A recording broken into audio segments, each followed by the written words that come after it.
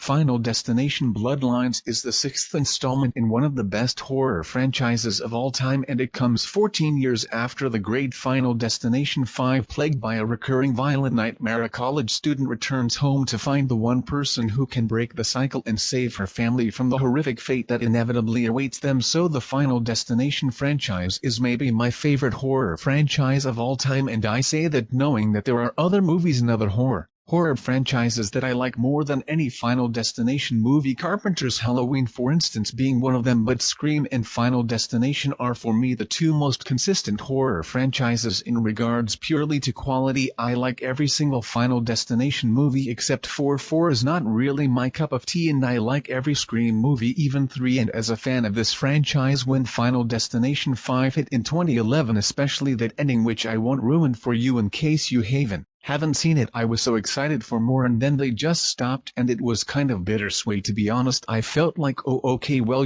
they're going to end on a really high note. That's interesting and rare for a studio to just be like, hey, we did a pretty good one, let's just stop. That's not usually how they do it, and technically they didn't, because 14 years later we've got a sixth one, but it did take them a long time. And Bloodlines is awesome. I loved this movie. I loved watching it. I have felt like I was a kid watching this in the theater. Every single death is so badass. The gore effects are phenomenal. There is a great mix of practical and CGI that does feel pretty seamless, and it also successfully answers a handful of questions that I think a lot of fans of this franchise have had over the years, which this movie did not have to do. It just had to be a really good and entertaining Final Destination movie, and it did that, but it went the extra mile. This one has one of the best prologues in the entire series, an absolutely white-knuckled suspense sequence atop a tower that's covered in glass that a whole bunch of people are dancing on top of, which is not a good thing to do in one of these movies. I stayed away from trailers because I was so pumped for this, so if you don't really know exactly what the gimmick is here, I am going to talk about that because it seems to be widely known at this point and it's not really considered a spoiler. But if you don't really want to know anything about that, that's your warning. The idea here is that it's not just about a random person who has a premonition and then saves all of their friends, and then death follows them and takes them out one by one. This is more of a familial story in that you have a long bloodline, in the case of the title, of people who are all impacted by one person's decision many decades ago. This creates some very unique situations as well as some new things that we've never seen in a Final Destination movie before. Some of the best Final Destination movies have done a pretty good job of actually creating a good sense of drama around the characters, especially the first one, Devon Sawa and his premonition, and how everyone thinks he's crazy and then everyone thinks he's dangerous, and then people are scared of him, and the way his life crumbles as a result, not just because he's afraid of death coming after him, but because everybody looks at him like it's his fault. These movies have a good track record for actually presenting good characters as well. They're not just throwaway random people, but this one in particular does a great job with its family story and making you care about whether or not some of them survive or not. Of course, there's this strange contrast because you like these characters and you want them to make it out of certain situations, but at the same time you don't want to see them crushed and split apart and burst open in all kinds of amazing ways, because that's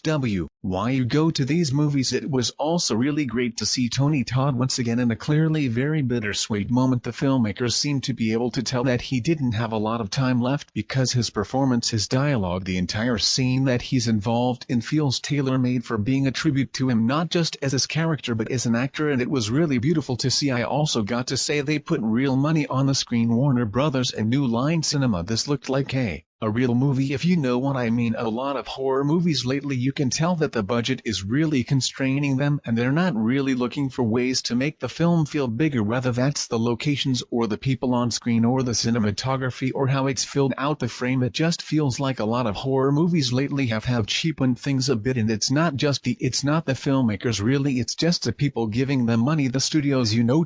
They're not giving them enough time or money. But in the case of this movie, this felt like it could have come out in the 2000s when the series was in its heyday, and I say that, but I have a feeling this movie is going to crush at the box office, and I really hope it does. And I hope that the success of this film allows for more really good Final Destination movies, and that the two filmmakers behind this, if they want to of course, get to make more, and I'm really happy to see that.